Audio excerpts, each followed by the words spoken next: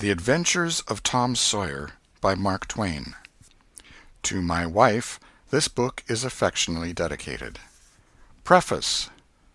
Most of the adventures recorded in this book really occurred. One or two were experiences of my own, the rest those of boys who were schoolmates of mine. Huck Finn is drawn from life, Tom Sawyer also, but not from an individual. He is a combination of the characteristics of three boys whom I knew, and therefore belongs to the composite order of architecture. The odd superstitions touched upon were all prevalent among children and slaves in the West at the period of this story, that is to say 30 or 40 years ago. Although my book is intended mainly for the entertainment of boys and girls, I hope it will not be shunned by men and women on that account, for part of my plan has been to try to pleasantly remind adults of what they once were themselves, and of how they felt and thought and talked, and what queer enterprises they sometimes engaged in. The Author. Hartford, 1876. Chapter 1. Tom. No answer. Tom. No answer. What's gone with that boy, I wonder? You, Tom! No answer. The old lady pulled her spectacles down and looked over them about the room. Then she put them up and looked out under them. She seldom or never looked through them for so small a thing as a boy. They were her state pair, the pride of her heart, and were built for style, not service. She could have seen through a pair of stove-lids just as well. She looked perplexed for a moment, and then said, not fiercely, but still loud enough for the furniture to hear, "Well, I lay if I get hold of you, I'll—" She did not finish, for by this time she was bending down and punching under the bed with a broom, and so she needed breath to punctuate the punches with. She resurrected nothing but the cat. "I never see the beat of that boy." She went to the open door and stood in it, and looked out among the tomato vines and jimpson weeds that constituted the garden. No Tom. So she lifted up her voice at an angle calculated for distance, and shouted, "You, Tom!" There was a slight noise behind her, and she turned just in time to seize a small boy by the slack of his roundabout and arrest his flight. "There! I might 'a' thought of that closet. What you been doing in there?" "Nothing." "Nothing? Look at your hands, and look at your mouth. What is that truck?" "I don't know, Aunt." "Well, I know. It's jam, that's what it is. 40 times I've said if you didn't let that jam alone I'll skin you. Hand me that switch." The switch hovered in the air. The peril was desperate. "My, look behind you, Aunt!" The old lady whirled round and snatched her skirts out of danger. The lad fled on the instant, scrambled up the high board fence, and disappeared over it. His Aunt Polly stood surprised a moment, and then broke into a gentle laugh. "Hang that boy! Can't I never learn anything? Ain't he played me tricks enough like that for me to be looking out for him by this time? But old fools is the biggest fools there is. Can't learn an old dog new tricks, as the saying is. But my goodness, he never plays them alike 2 days, and how is a body to know what's coming? He 'pears to know just how long he can torment me before I get my dander up, and he knows if he can make out to put me off for a minute or make me laugh, it's all down again and I can't hit him a lick. I ain't doing my duty by that boy, and that's the Lord's truth, goodness knows. Spare the rod and smile the child, as the good book says. I'm a-laying up sin and suffering for us both, I know. He's full of the old scratch, but laws o' me, he's my own dead sister's boy, poor thing, and I ain't got the heart to lash him somehow. Every time I let him off my conscience does hurt me so, and every time I hit him my old heart most breaks. Well, well, a man that is born of a woman is of few days and full of trouble, as the Scripture says, and I reckon it's so. He'll play hooky this evening. That's southwestern for afternoon. And I'll just be obleeged to make him work tomorrow to punish him. It's mighty hard to make him work Saturdays when all the boys is having holiday, but he hates work more than he hates anything else, and I've got to do some of my duty by him, or I'll be the ruination of the child." Tom did play hooky, and he had a very good time. He got back home barely in season to help Jim, the small colored boy, saw next day's wood and split the kindling before supper. At least he was there in time to tell his adventures to Jim, while Jim did three-fourths of the work. Tom's younger brother, or rather half-brother, Sid, was already through with his part of the work, picking up chips, for he was a quiet boy and had no adventurous, troublesome ways. While Tom was eating his supper and stealing sugar as opportunity offered, Aunt Polly asked him questions that were full of guile and very deep, for she wanted to trap him into damaging revealments. Like many other simple-hearted souls, it was her pet vanity to believe she was endowed with a talent for dark and mysterious diplomacy, and she loved to contemplate her most transparent devices as marvels of low cunning. Said she, "Tom, it was middling warm in school, wasn't it?" "Yes'm." "Powerful warm, wasn't it?" "Yes'm." "Didn't you want to go in a-swimming, Tom?" A bit of a scare shot through Tom, a touch of uncomfortable suspicion. He searched Aunt Polly's face, but it told him nothing. So he said, "No'm, well, not very much." The old lady reached out her hand and felt Tom's shirt, and said, "But you ain't too warm now, though." And it flattered her to reflect that she had discovered that the shirt was dry without anybody knowing that was what she had in her mind. But in spite of her, Tom knew where the wind lay now, so he forestalled what might be the next move. "Some of us pumped on our heads. Mine's damp yet, see?" Aunt Polly was vexed to think she had overlooked that bit of circumstantial evidence and missed a trick. Then she had a new inspiration. "Tom, you didn't have to undo your shirt collar where I sewed it, to pump on your head, did you? Unbutton your jacket." The trouble vanished out of Tom's face. He opened his jacket. His shirt collar was securely sewed. "Bother! Well, go 'long with you. I'd made sure you'd played hooky and been a-swimming, but I forgive you, Tom. I reckon you're a kind of singed cat, as the saying is, better'n you look, this time." She was half sorry her sagacity had miscarried, and half glad that Tom had stumbled into obedient conduct for once. But Sidney said, "Well, now if I didn't think you sewed his collar with white thread, but it's black." "Why, I did sew it with white." "Tom!"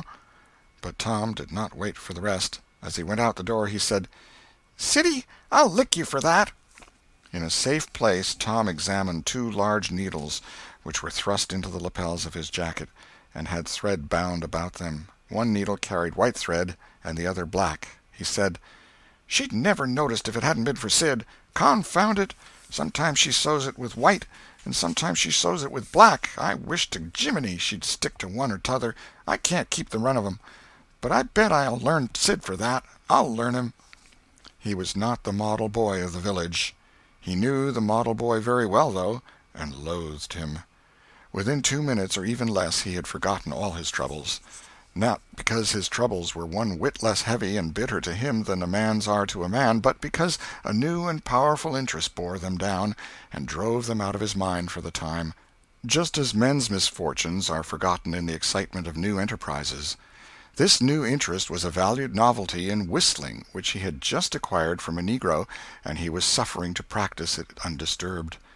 It consisted in a peculiar bird-like turn, a sort of liquid warble, produced by touching the tongue to the roof of the mouth at short intervals in the midst of the music. The reader probably remembers how to do it, if he has ever been a boy. Diligence and attention soon gave him the knack of it, and he strode down the street with his mouth full of harmony and his soul full of gratitude. He felt much as an astronomer feels who has discovered a new planet. No doubt, as far as strong, deep, unalloyed pleasure is concerned, the advantage was with the boy, not the astronomer. The summer evenings were long. It was not dark yet. Presently Tom checked his whistle. A stranger was before him, a boy a shade larger than himself. A newcomer of any age or either sex was an impressive curiosity in the poor little shabby village of St. Petersburg. This boy was well dressed, too, well dressed on a weekday. This was simply astounding. His cap was a dainty thing, his close-buttoned blue cloth roundabout was new and natty, and so were his pantaloons. He had shoes on, and it was only Friday. He even wore a necktie, a bright bit of ribbon. He had a citified air about him that ate into Tom's vitals. The more Tom stared at the splendid marvel, the higher he turned up his nose at his finery and the shabbier and shabbier his own outfit seemed to him to grow. Neither boy spoke. If one moved, the other moved, but only sidewise, in a circle. They kept face to face and eye to eye all the time. Finally Tom said, "I can lick you." "I'd like to see you try it." "Well, I can do it." "No, you can't either." "Yes, I can." "No, you can't." "I can." "You can't." Can't." An uncomfortable pause. Then Tom said, "What's your name?" "'Tisn't any of your business, maybe." "Well, I 'low I'll make it my business." "Well, why don't you?" "If you say much, I will." "Much, much, much. There now." "Oh, you think you're mighty smart, don't you? I could lick you with one hand tied behind me if I wanted to." "Well, why don't you do it? You say you can do it." "Well, I will, if you fool with me." "Oh, yes, I've seen whole families in the same fix." "Smarty, you think you're some, now, don't you? Oh, what a hat!" "You can lump that hat if you don't like it. I dare you to knock it off, and anybody that'll take a dare will suck eggs." "You're a liar." "You're another." "You're a fighting liar and doesn't take it up." "Ah, take a walk." "Say, if you give me much more of your sass, I'll take and bounce a rock off'n your head." "Oh, of course you will." "Well, I will." "Well, why don't you do it, then? Why do you keep saying you will, for? Why don't you do it? It's because you're afraid." "I ain't afraid." "You are." "I ain't." "You are." Another pause, and more eyeing and sidling around each other. Presently they were shoulder to shoulder. Tom said, "Get away from me." "Go away yourself." "I won't." "Well, I won't either." So they stood, each with a foot placed at an angle as a brace, and both shoving with might and main and glowering at each other with hate. But neither could get an advantage. After struggling till both were hot and flushed, each relaxed his strain with watchful caution, and Tom said, "You're a coward and a pup. I'll tell my big brother on you, and he can thrash you with his little finger, and I'll make him do it, too." "What do I care for your big brother? I've got a brother that's bigger than he is, and what's more, he can throw him over that fence, too." Both brothers were imaginary. "That's a lie." "Your saying so doesn't make it so." Tom drew a line in the dust with his big toe and said, "I dare you to step over that, and I'll lick you till you can't stand up. Anybody that'll take a dare will steal sheep." The new boy stepped over promptly and said, "Now you said you'd do it. Now let's see you do it." "Don't you crowd me, now. You better look out." "Well, you said you'd do it. Why don't you do it?" "By jingo, for 2 cents I will do it." The new boy took 2 broad coppers out of his pocket and held them out with derision. Tom struck them to the ground. In an instant both boys were rolling and tumbling in the dirt, gripped together like cats, and for the space of a minute they tugged and tore at each other's hair and clothes, punched and scratched each other's noses, and covered themselves with dust and glory. Presently the confusion took form, and through the fog of battle Tom appeared, seated astride the new boy, and pounding him with his fists. "Holler 'nuff," said he. The boy only struggled to free himself. He was crying, mainly from rage. "Holler 'nuff," and the pounding went on. At last the stranger got out a smothered "'Nuff," and Tom let him up and said, "Now that'll learn you. Better look out who you're fooling with next time." The new boy went off brushing the dust from his clothes, sobbing, snuffling, and occasionally looking back and shaking his head and threatening what he would do to Tom the next time he caught him out, to which Tom responded with jeers and started off in a high feather, and as soon as his back was turned the new boy snatched up a stone, threw it, and hit him between the shoulders, and then turned tail and ran like an antelope. Tom chased the traitor home, and thus found out where he lived. He then held a position at the gate for some time, daring the enemy to come outside, but the enemy only made faces at him through the window and declined. At last the enemy's mother appeared, and called Tom a bad, vicious, vulgar child, and ordered him away. So he went away, but he said he 'lowed to lay for that boy. He got home pretty late that night, and when he climbed cautiously in at the window he uncovered an ambuscade in the person of his aunt. And when she saw the state his clothes were in, her resolution to turn his Saturday holiday into captivity at hard labor became adamantine in its firmness. Chapter 2. The Glorious Whitewasher.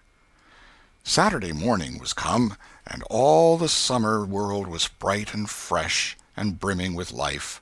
There was a song in every heart, and if the heart was young, the music issued at the lips. There was cheer in every face, and a spring in every step. The locust trees were in bloom, and the fragrance of the blossoms filled the air. Cardiff Hill, beyond the village and above it, was green with vegetation, and it lay just far enough away to seem a delectable land, dreamy, reposeful, and inviting.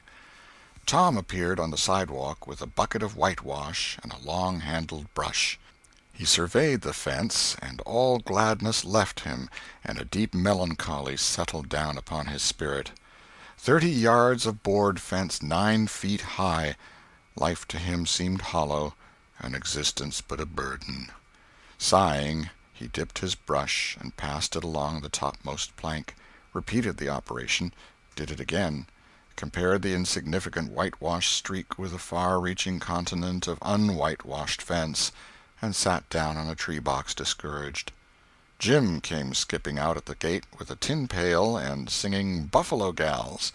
Bringing water from the town pump had always been hateful work in Tom's eyes before, but now it did not strike him so.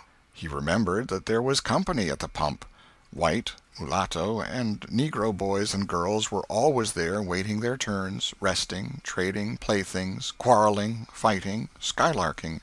And he remembered that although the pump was only 150 yards off, Jim never got back with a bucket of water under an hour, and even then somebody generally had to go after him. Tom said, "Say, Jim, I'll fetch the water if you'll whitewash some." Jim shook his head and said, "Can't, Mars Tom. Old missus, she told me I got to go and get dis water and stop fooling around with anybody. She say she 'spect Mars Tom gwine to ax me to whitewash, and so she told me to go 'long and tend to my own business. She 'lowed she'd tend to whitewashing." "Oh, never mind what she said, Jim. That's the way she always talks. Gimme the bucket. I won't be gone only a minute. She won't ever know." "Oh, I dasn't, Mars Tom. Old missus she'd take and tar de head off'n me. 'Deed she would." She never licks anybody. Whacks 'em over the head with her thimble, and who cares for that, I'd like to know. She talks awful, but talk don't hurt. Anyways, it don't if she don't cry. Jim, I'll give you a marvel. I'll give you a white alley." Jim began to waver. "White alley, Jim, and it's a bully taw." "My, that's a mighty gay marvel, I tell you. But, Mars Tom, I's powerful 'fraid of old missus. And besides, if you will, I'll show you my sore toe." Jim was only human. This attraction was too much for him. He put down his pail, took the white alley, and bent over the toe with absorbing interest while the bandage was being unwound. In another moment he was flying down the street with his pail and a tingling rear. Tom was whitewashing with vigor, and Aunt Polly was retiring from the field with a slipper in her hand and triumph in her eye. But Tom's energy did not last. He began to think of the fun he had planned for this day, and his sorrows multiplied. Soon the free boys would come tripping along on all sorts of delicious expeditions, and they would make a world of fun of him for having to work. The very thought of it burnt him like fire. He got out his worldly wealth and examined it. Bits of toys, marbles, and trash. Enough to buy an exchange of work, maybe, but not half enough to buy so much as half an hour of pure freedom. So he returned his straitened means to his pocket and gave up the idea of trying to buy the boys. At this dark and hopeless moment an inspiration burst upon him, nothing less than a great, magnificent inspiration. He took up his brush and went tranquilly to work. Ben Rogers hove in sight presently, the very boy of all boys, whose ridicule he had been dreading. Ben's gait was the hop, skip, and jump, proof enough that his heart was light and his anticipations high. He was eating an apple, and giving a long, melodious whoop at intervals, followed by a deep-toned ding-dong-dong, ding-dong-dong, for he was personating a steamboat. As he drew near, he slackened speed, took the middle of the road, leaned far over to starboard, and rounded to, ponderously and with laborious pomp and circumstance, for he was personating the big Missouri, and considered himself to be drawing 9 feet of water. He was boat and captain and engine bells combined, so he had to imagine himself standing on his own hurricane deck giving the orders and executing them. "Stop her, sir! ting-a-ling-a-ling. The headway ran almost out, and he drew up slowly towards the sidewalk. Ship up to back, ting-a-ling-a-ling. His arms straightened and stiffened down his sides. Set her back on the starboard, ting-a-ling-a-ling. Chow, chow, chow, chow. His right hand, meantime, described stately circles, for it was representing a 40-foot wheel. Let her go back on the larboard, ting-a-ling-a-ling. Chow, chow, chow. The left hand began to describe circles. Stop the starboard, ting-a-ling-ling. Stop the larboard. Come ahead on the starboard. Stop her. Let her outside, turn her over slow. Ting-a-ling. Chow, chow, chow. Get out that headline. Lively now. Come out of there with your spring line. What are you about there? Take up a turn that stump with the bright of it. Stand by that stage. Now let her go. Done with the engine, sir. Ting-a-ling-ling. Sht, sht, sht. Trying the gauge-cocks, Tom went on whitewashing, paid no attention to the steamboat. Ben stared a moment and then said, Hi-yi, you're up a stump, ain't you? No answer. Tom surveyed his last touch with the eye of an artist. Then he gave his brush another gentle sweep and surveyed the result as before. Ben ranged up alongside of him. Tom's mouth watered for the apple, but he stuck to his work. Ben said, Hello, old chap. You got to work, hey? Tom wheeled suddenly and said, Why, it's you, Ben. I weren't noticing. Say, I'm going in a-swimming, I am. Don't you wish you could? But of course you'd rather work, wouldn't you? Course you would. Tom contemplated the boy a bit and said, What do you call work? Why, ain't that work? Tom resumed his whitewashing and answered carelessly, Well, maybe it is and maybe it ain't. All I know is it suits Tom Sawyer. Oh, come now, you don't mean to let on that like you like that. The brush continued to move.